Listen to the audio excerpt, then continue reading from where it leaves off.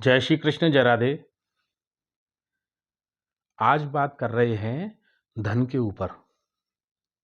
धन किसके पास हो, किसके पास ना हो। आइए धन के बारे में और जानते हैं।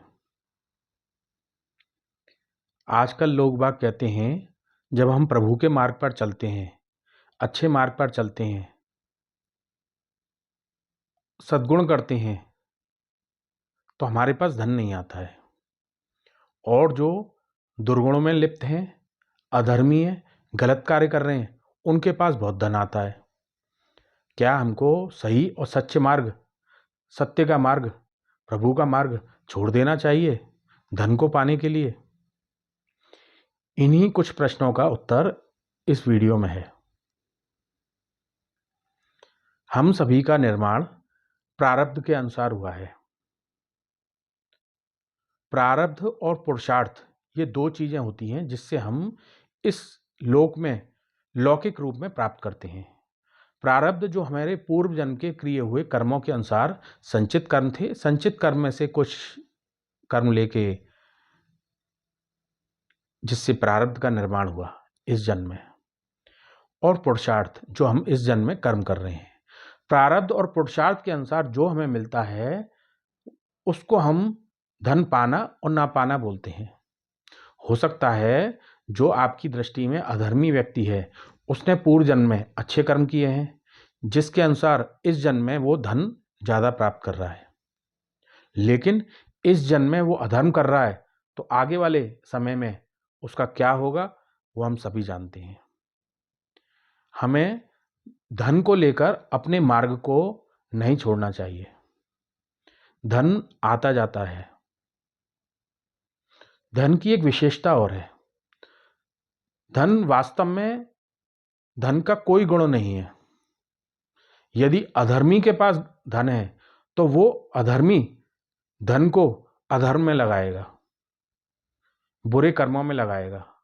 क्रिमिनल के पास धन है तो वो उस धन का दुरुपयोग करेगा, क्राइम को बढ़ाने में लगाएगा, गलत कृत्य को करने में लगाएगा। और यदि धन एक सत्यवादी व्यक्ति के पास है, सही व्यक्ति के पास है, धार्मिक प्रवृत्ति वाले व्यक्ति के पास है, तो धन का वो सदुपयोग करेगा, धन को सही मार्ग पर लगाएगा, धन का इस्तेमाल सही जगह पर करेगा, लोगों की भलाई के लिए करेगा। वास्तव में धन का स्वयं का कोई गुण नहीं होता है। धन इस्तेमाल करने के आधार पर उस धन का उपयोग और दुरुपयोग के आधार पर उस धन का गुण और अवगुण निर्धारित होता है। ये तो हुआ धन की बात। अब बात ये निकल के आती है जो नौकरी करने वाले हैं, व्यापार करने वाले हैं या अपना कार्य करने वाले हैं, उनको क्या दूसरों के कंपैरिजन में अपने कार्य को छोड़ देना चाहिए? नहीं, कदापि नहीं छोड़ना चाहिए।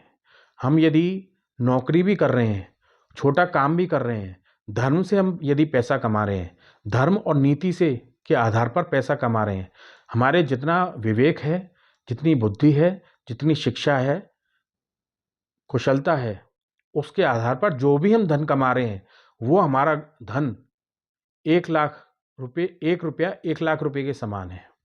और जो व्यक्ति अधर्म के साथ, अनीति के साथ धन को कमा रहे हैं, धन को प्राप्त कर रहे हैं गलत तरीके के साथ, उनका 1,00,000 रुपया कमाना भी 1 रुपये के समान है। क्योंकि धर्म और नीति के अनुसार कमाए हुए धन से बरकत होती है। अधर्म के साथ कमाए हुए धन से बरकत नहीं होती है। वो उस धन का इस्तेमाल ज़्यादा दिन तक नहीं कर पाएंगे, या कर पाते हैं तो वो धन उनको ज़्यादा समय तक मानसिक सुख और शांति नहीं देगा। और नीति और धर्म संगत कमाए हुए धन से उनको मानसिक शांति देगा। यह धन का गुण है। इसलिए इस्तेमाल करने वाले पर धन निर्भर करता है, किसके पास है और इसका इस्तेमाल कैसे कर रहा है। जय श्री कृष्ण।